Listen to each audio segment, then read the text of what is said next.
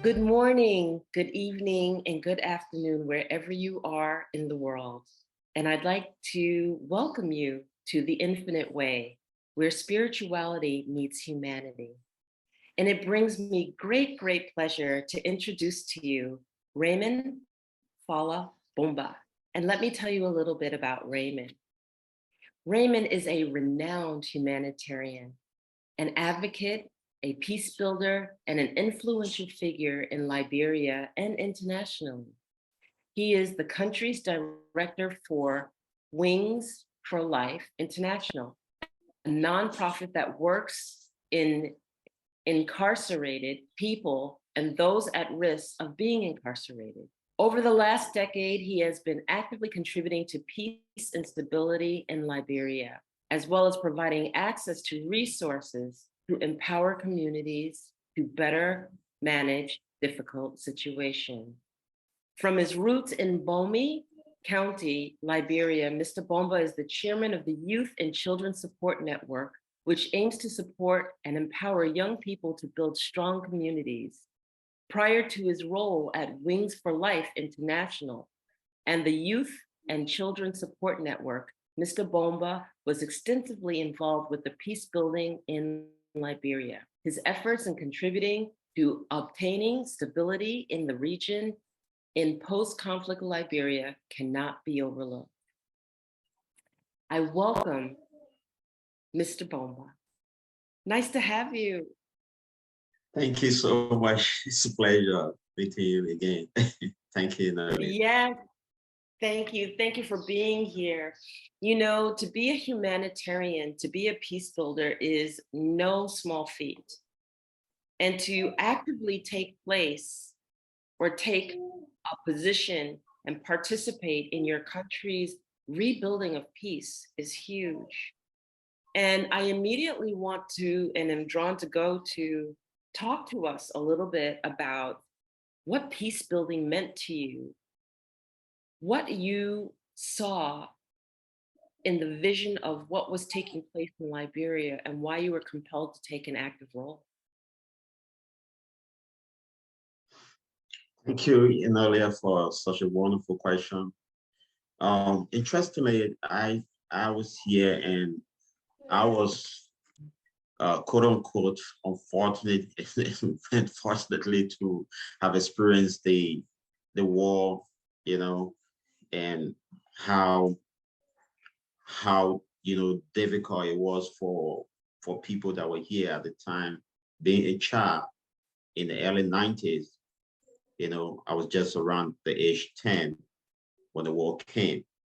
So it was such a frustrating thing. We experienced a lot of adversity that took place, and the trauma that it carries is something huge, that impact us, tremendously. And because of that, and all of the experiences I had during the war, when I grew up and realized that there were a proliferation of arms, all around, and how we could come and to contribute so that we can sustain the peace of our country. That's how I got involved, with the issue of peace building through a network, that will help, build the minds of the youth and disabuse that the arm is the best way, to survive, so to speak, because many youth thought survivability depends on holding an arm and killing someone or forcefully taking something from out of them. That was the order of the day. So that actually pushes me to get involved with peace building. Mm. And I want our audience to really understand, because you kind of just say, yes, the trauma of war, but my father fought in the United States in World War II, okay, because he was born very early in life. My father was born in 1919, so he served in World War II. And as a child, I remember my dad waking up in the middle of the night, turning on every light in the house. And I'm like, Dad, what's going on? Because it woke me up, every light's on in the house. And the trauma that he experienced when he shared with me some of the stories of war and how they imprinted in his life that he'll never forget. I don't think that there is anything that can really prepare you to survive that kind of trauma, but we do. And I just want to emphasize how important it is to understand that when people are moved by that kind of trauma, it's very serious, and that it really brings forward a part of you inside that you can't explain to anybody else, that says, we have to be better than this. We have to be better people than this. We have to be better citizens than this. And we have to create a world that is tolerable and tolerant. And that people don't get that piece of it. Am I falling along the lines of what you might feel? Because this is what I got from my father when working with him and talking to him, and the stories of the trauma that he experienced. Now they call it post-traumatic stress syndrome. You can give it any name that you want to give it, but that motivator and that drive of what's behind what you just said is powerful. Yes, it's a very, very serious issue. Like you just spoke about post-traumatic stress, that's something that's not just about me, but it's about the overall population.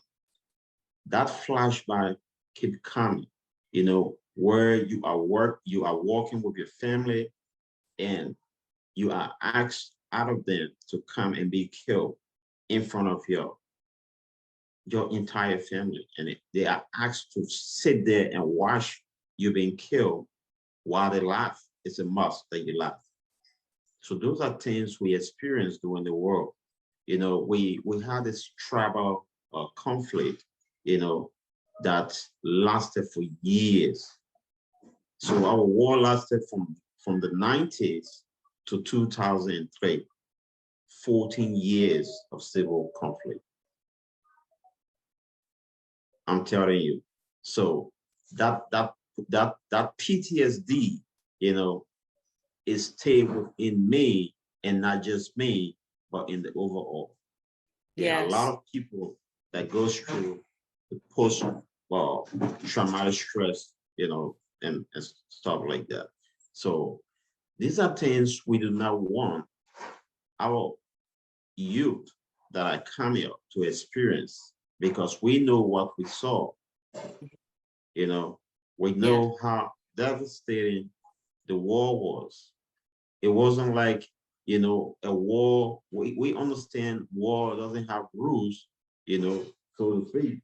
But realistically, there should be rules that you should not kill your enemy when they surrender. But it wasn't in that case. Right. So it was very, very sad. Even if, a tribal war. It was a civil conflict, but being a tribal war, and we saw a lot of things that went on that we cannot just explain everything. Right. So here it is, you've gone through this conflict and this trauma. What is it within one's person that brings that vulnerability of that trauma forward to say, I have to build peace? I have to actively participate, because the tendency is to withdraw. The tendency is like, I've had enough. I don't want to deal with any of this. Like, it stopped. You leave my world alone. So growing up as a youth, I know, yes, I experienced the trauma, but I had this tendency, I had something inside of me that wanted to do this, that saw the need, that even, not counting on war, but, growing up as a youth, I saw people that their life was on the other side, So my intention growing up as a youth was to get engaged with building the capacity of the youth and see how they can become, productive citizens. This is not just about the war, but this is a passion that is within me, and the war just stirred out that. So Yeah. I became more motivated to do what I'm doing nowadays. Yes. And they Yeah. also say that I have the saying, dream a beautiful dream or you will be dreamt, right? Which is if you don't hold a vision for yourself, then you end up doing what other people perceive you to do versus doing what you are known and brought here to do, and instead of doing your own purposeful work. So you hold a dream for a peaceful world, and your life becomes a walk to that vision. So take us through that walk a little bit of post-war, and now you're decided that you're going to bring peace and you're going to participate. Where did your journey take you? Tell us about your journey to and where you ended it. So, so basically, let me give you a little history about how I started this army endeavors I'm into right now. So I started wins from the inside. It grew up from the inside. So in 2009, that is after our war, and we elected the first female president in the continent of Africa.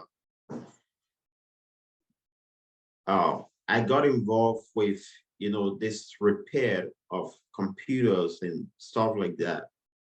And there was a time we had this issue, and I mean, someone got involved and took away someone's property, unknown to me, and I have to get involved with that, and the person ended up going to court, and I was sent to jail.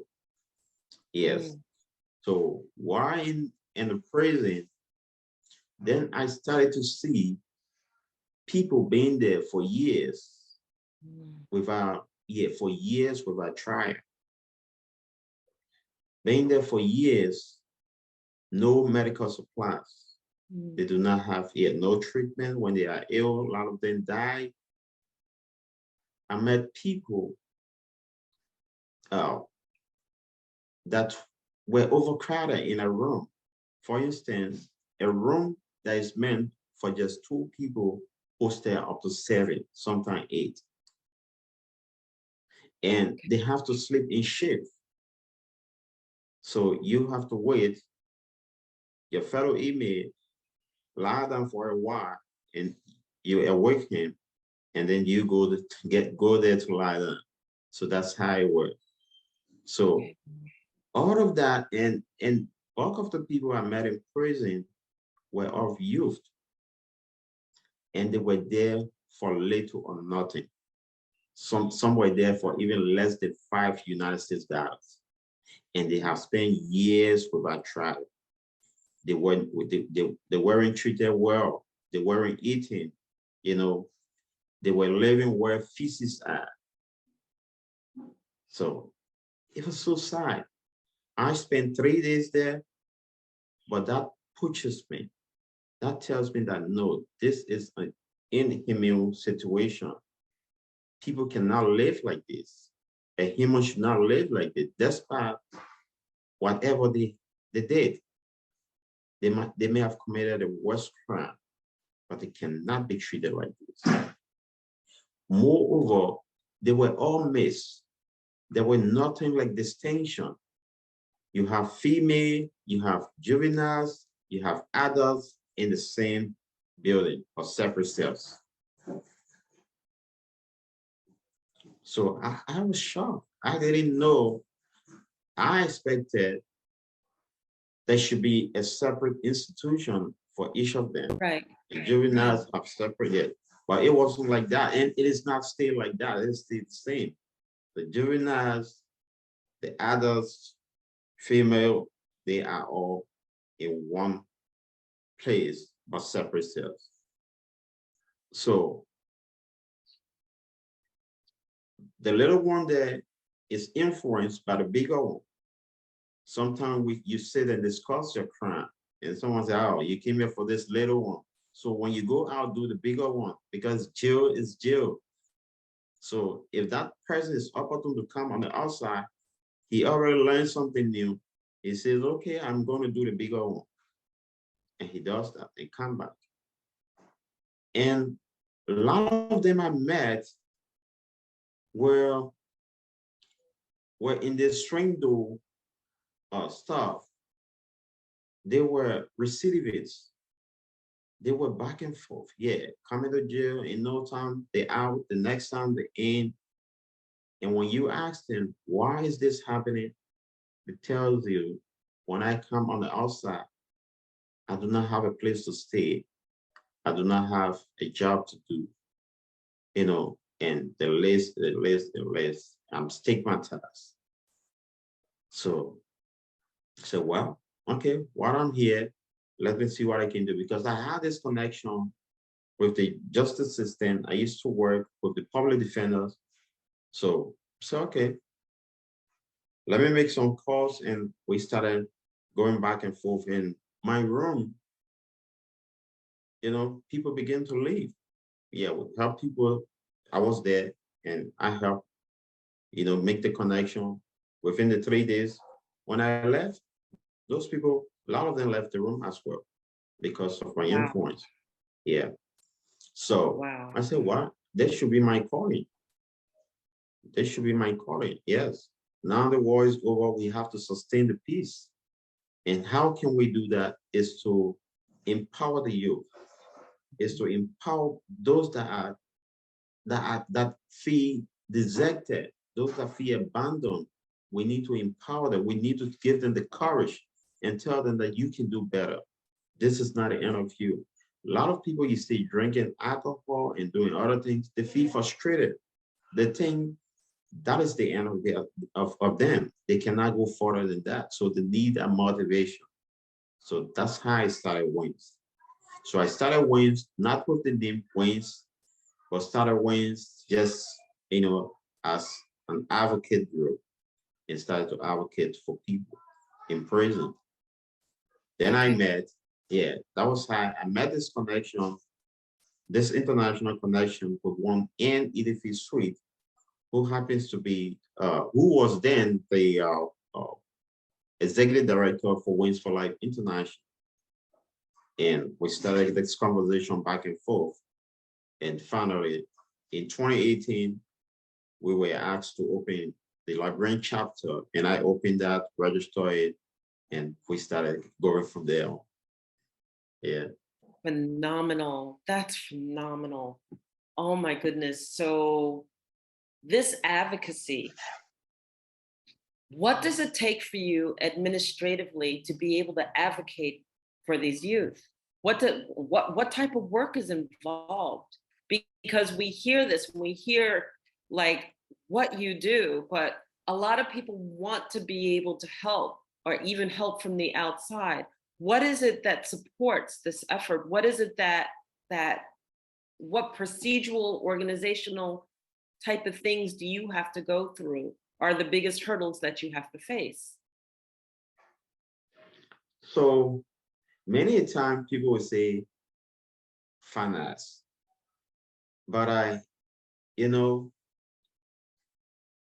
just by getting people that will help with coaching aspect, like you are doing, you know, that alone motivates me. That tells me that I'm chosen, that someone out there cares about me, and that care, I will extend it to the others as well. It is actually a challenge to run a non-for-profit, most especially in Africa, because it is not that Africans are not good at giving, but many of them do not have jobs. Yes, so it hinders most of our work, because of lack of finance. You have to go at the prison, you have to do contact tracing, community wide, and as well as the code areas, because Many of them go to jail without even a record. So you have to twist that, and that requires money. You know, when you have that information, you have to go to a group that is responsible. I'm not a lawyer, so I have to find a pro bono lawyer that we can give something minimum and say, okay, this is the overall charge, but we can pay this because we are a not-for-profit. Can you help us get this person out? Most especially the ones that are there with lesser offense. So we do that. And all of that requires transportation, requires some source of funding. And when they are out, one of the key things we try to do, because the recidivism rate in our country is so high, is at 89% of those that goes to prison, come out of prison, goes right back. So the rate of recidivism is very high. So because of that, we try to see how we can reduce that, how we can sustain them from, not getting involved with criminal activities. So for those ones that read and write, we put them in a free computer institution, computer school, computer training, not a school, but it's a training where we teach them the basic of computer. We teach them office, office related work like Word, Access, Excel, Publisher, because a lot of schools in Liberia, so to speak, do not have their own computer for them to do, or computer related stuff. So if you have that skill, that could be a source of livelihood or, an income for you, so to speak. So we teach them the basic skill so that they can sustain themselves, so that they will not get involved with crime. We couple that with counselors. We have the church involved. Yes, so we have church involved. We make sure before you come to our program, you must be involved with a church or some religious. We are religious tolerance, so it doesn't have to be just a church, but get involved with some religious thing, and we're going to be checking on you, whether it's the mosque you go to, whether it's the church, or we want to make sure you are involved with something. Religions, if you follow religion, it helps to really guide your life. So we make sure you get involved with that. Then we support you with some ideas that will keep you on the outside as well. So it all boils down to money. Yeah, it requires funding, and we are extremely challenged. Yeah, with that. Understood. And I'm so grateful that you don't allow that to deter you. So when you teach the youth, what is it that you're sharing with them to motivate them and inspire them for their own empowerment, their own agency that they can execute? What is it that they need to hear the most? So in most instances, when you are talking to people, it's always good to tell your own story. So I start with my own story by telling them how I got involved with crime, because I went to jail, tell the story. And that tells, say, oh, yeah, this man is like us. So they feel like, I'm part of them. So if I can make a change, they can also make a change. So that alone stimulates them and motivates them, Then we get people involved with them that will help to keep talking to them as well. That this is not the ultimate way of life. There are other means of sustainability, and we list a couple of them. So some of them, that do not have the technical know-how of reading and writing, we try to push them to other places. We have language, those that repair cars, the mechanic. We have language carpenters. So some of them that do not have that means of reading and writing, that we can train, with the computer skills. We talk to those people and say, okay, can you help host these people? And we can pay a minimum amount. So if yes, then we start the conversation of finding a sponsor that will help with something small, at least maybe feed them. Like they live on like at most $2 a day, at most. So we talk about how we can feed them a day. We talk about how we can pay their fees while they are there, and getting the skill set, and just like that. That's how they feel motivated and love them. So the national recidivism rate is 89%, and our own recidivism rate is at 4%. So that shows how much we are working. Wow. Wow. Yeah. Now, how do you get your trainers? How do you get the people who are teaching these business skills, these computer skills, these various skills that are working with the youth? And are they somebody that you have to come in and train so that they can understand the mindset of the kids the youth that they're working with? I mean, tell us a little bit about the programs. So basically, we go through a vetting process and see if, we train them, just like you said, we train them, but basically in our program, and they already have what they have, that is the skill set to train our people in those skills that are requires, like the carpentry and other things, but we also try to train them in our own way so that they understand how to deal with these people, so that's how it is. And then we go through the vetting. We have a board of directors that is involved with the program. It's not just us, other people are involved as well. Excellent, excellent. Yeah. This is phenomenal. And this contribution back to humanity, I just want to applaud you. I just want to say thank you from the bottom of the hearts of all of us who are out here who want to impact the youth. I work with the youth in terms of speaking and motivating and giving incentive and coaching. And again, when I see someone whose work is directly contributing to humanity each and every day that they work, you have to be celebrated. You just have to be acknowledged publicly how special you are, how important it is. And God gives us the experiences in our life that drive us to our purpose sometimes. And I'm so sorry that yours had to be so traumatic, but I'm so grateful that you arrived. Because thank you. without those experiences, you would not be here. And, I call you like a light worker, right? We as light workers. And I'm going to tell you why I call you a light worker, because it's like a lighthouse, right? Okay. You're a beacon of light. You're saying, come here, come here, come here. And the storm is all around you. The storm is all around you, but you're constantly flashing that light. And those who choose to come out of the dark of the storm into the light, I'm here. You're telling them, I'm here. Let me help you.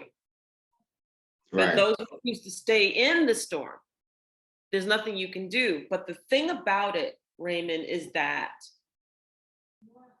the blessing that you are, you will never know the true impact of all of the work that you're doing, because it has a ripple effect.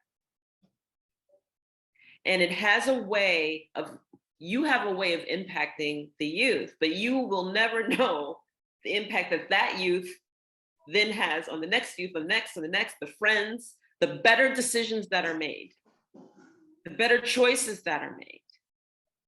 That moment and the precipice of the decision, where do I go left and do I go right? And I've gone right 50 times in my life, and I know where that leads, but it's what I know, versus going left for the first time in my life and going, I dare to find out something new, and I'm just going to test this way because I already know where the right road leads. And that's something to be so proud of, and that you bring to fruition. So I just want to publicly acknowledge you, because you're like the unsung hero that people need to know about, and that they don't know, and that also needs to be supported. Do you want to say anything? Because I can talk about you. I want to tell you what I see. Thank you so much. I appreciate everything you said. Yeah, I really appreciate it. Thank you so much. Yeah. So, yeah.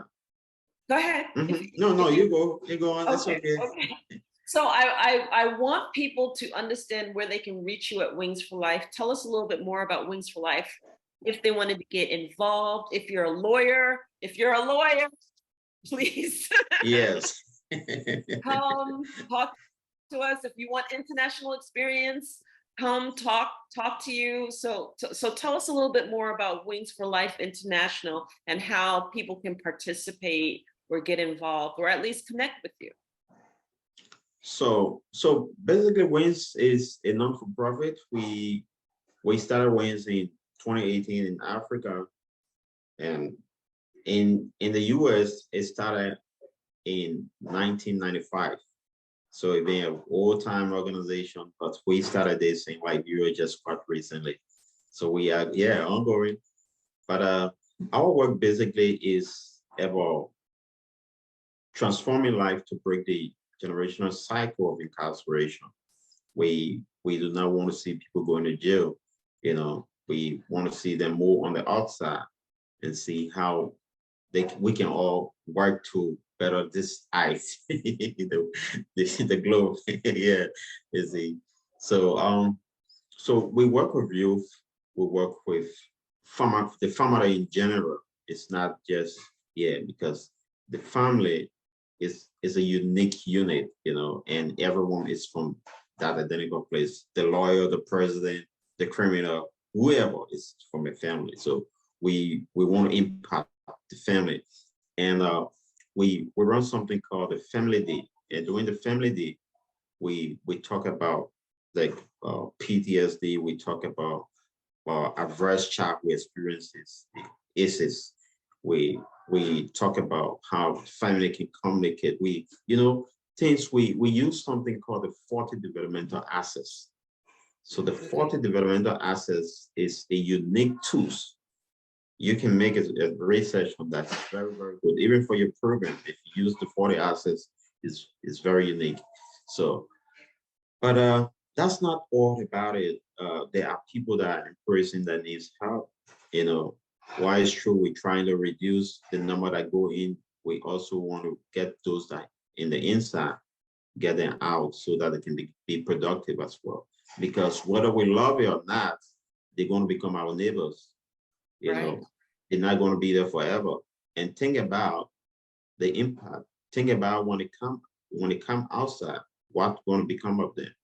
You know, Right. yeah. So we try to build it in a way that they won't be harmful. See, so that they can be productive and self-reliant. So we actually need, like you were calling a lawyer. Yes, we need people. You know, if you're a lawyer out there, you want some international experience, you can come and volunteer with us. You know, yeah. Whether it's a training, you can train us not to be a lawyer, but to have the technical know-how, how to proceed with some of these issues. Uh, we gotta show like Wins on the Air. You was on Wins on the Air, and sometimes we invite a lawyer that will come and just tell us, those legal issues, how to deal with them, and we call people from diverse background, people from different professional backgrounds that will come and, talk on these issues. Well, I know next week we're going to be having Mevina for, I don't know what you do, Mevina for. Yes, Melvina Ford. Yes, I know her very well. Yeah. Very All well. right. Yeah. So she wants to Phenomenal talk. woman. Yeah, she wants to talk about parenting and just like that. So we need people from diverse background that can come in and help with the work. We cannot do it alone. There's a collective, stuff, So yeah, but we are open. Our website is there. I don't know whether I can share that. Yeah. Just say it So, now, and then what I'll do is I'll make sure that it is listed for okay. everyone. So it's winsfleet.org. Winsfleet. Wins like WINGS. Yeah.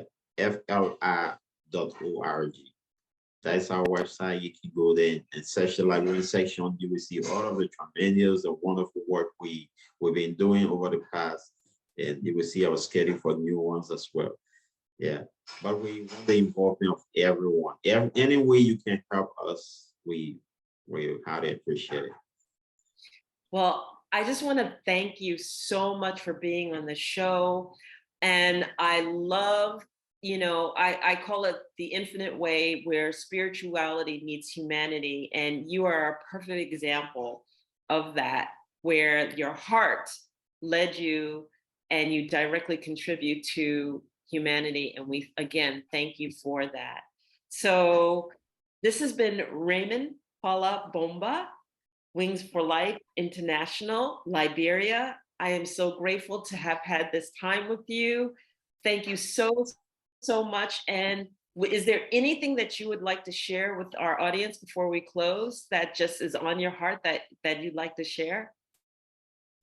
So specifically, I just want to applaud you, you know, yeah, for giving me this opportunity to be a part to share what I have in my mind. I want to say thank you into our audience. I want to say thank you for listening. I know you're going to have the time to listen to it. Yeah, listen to the show and always be around.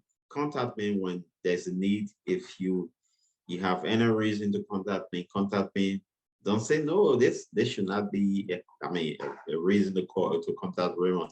Better still, you can get to Enolia, and she knows how to get things there. So thank you again, Enolia, for such a wonderful opportunity. Thank you. And thank you for sharing a part of you that was so very special. We truly appreciate you sharing your story. And this has been another episode of The Infinite Way. So we thank you and we will see you next time. Take care. Bye, everyone. Bye.